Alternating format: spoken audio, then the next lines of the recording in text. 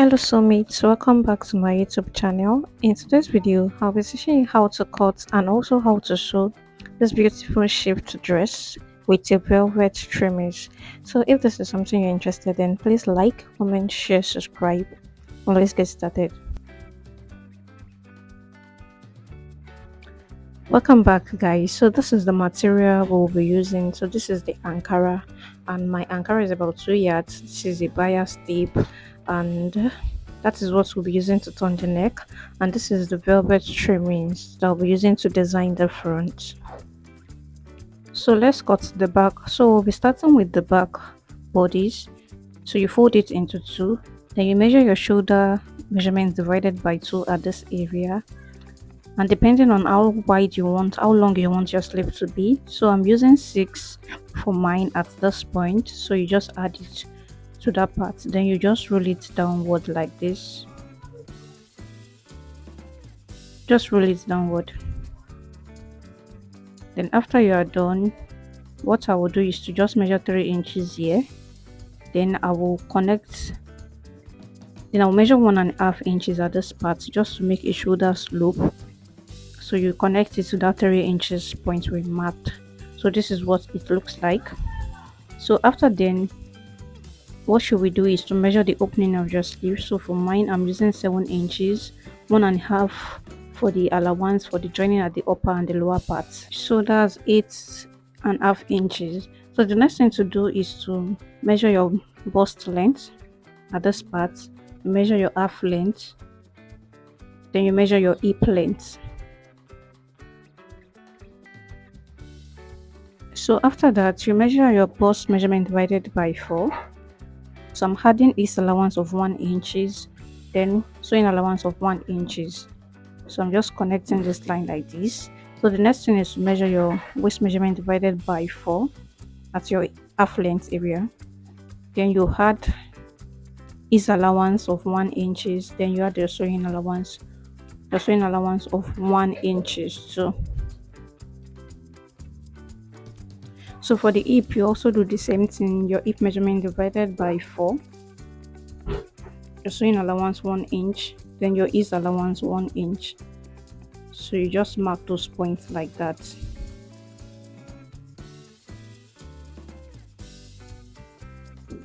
So now I'm trying to connect all the points together. Just connect the bust to the waist and the waist to the hip. So after you are done, whatever you have at this area, so you connect this part like this, just like a curve, so it won't be a 4-corner shape. So whatever you have at the hip area, you measure it, then you transfer it to the lower part of this dress.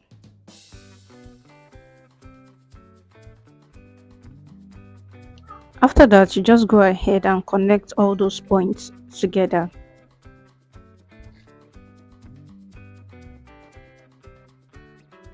So after connecting it, this is what we have. So we go ahead and cut. So after cutting the back, we'll use the back to cut the front. So the difference between the front and the back is just the extra 1 inches we added for the slit allowance at the front. So that's the only difference. So I'm just opening up the front. So it's the front. So the back is on it.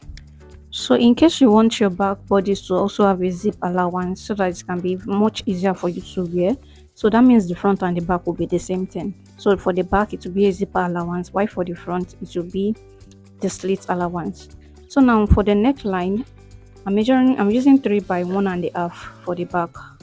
So 3 by 1.5 for the back, and for the front I'll be using 3 by 6.5.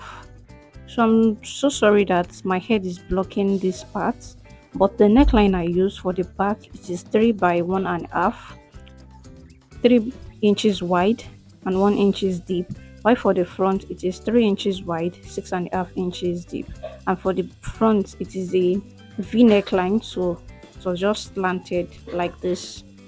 So this is what it looks like after cutting. So it's 6.5 inches deep.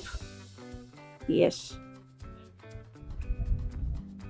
So now since we are done with the neckline, So what I want to show you is how to locate the pocket area. So what I usually do is to measure my half length from the shoulder downward. So I note the half length, then after noting it, I just roll it towards the side of the dress.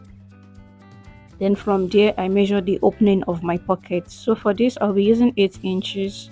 You can use 7.5 or 8 depending on how wide your hand is. So I use 7.5 here. Then I'll just notch this point so that I can know when I get to this part. So that's how to locate the pocket area.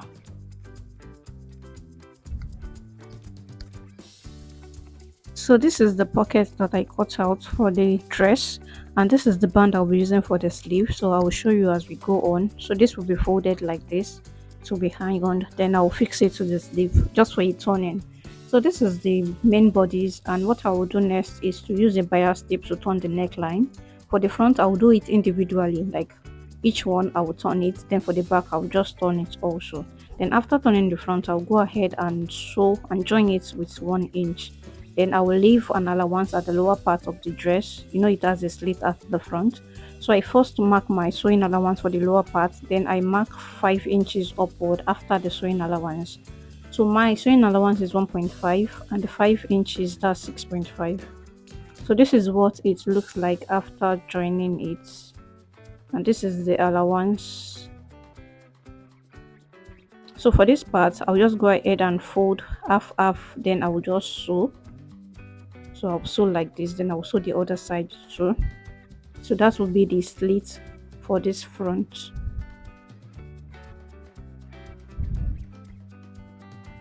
So after sewing and ironing, this is what it looks like for the front. Then when I flip it over, this is what it looks like. So I open the slit up like this. So this is what it should look like. So the next thing to do now is to sew your velvet trimmings on it before you join it with the back. So just place your velvet trimming on it like this. Make sure it is very close to the edge so that the ankara is not showing at the tip. Then for this middle part, just follow the joining, the line for the joining you have here, just follow it downward up to the edge of the dress. So you do it for the first side, then you do it for the other side. Then this part here, so when you are sewing, you notice that there's a opening here, you just overlap it like this, then you continue sewing. And for the lower part, this is what it will look like. So it will be individual like this. So this is what it looks like. So the next thing is to just place the back bodies on it, then you join it by the shoulder. So you join it with 1/2 inch by the shoulder. Then after joining, it is time to fix this band that I talked about earlier. So you place it underneath like this, then you sew. Then after sewing, it will be flipped to the front. So after flipping and ironing it, this is what it will look like. Then you cut out the excess you have. You cut out the excess you have here.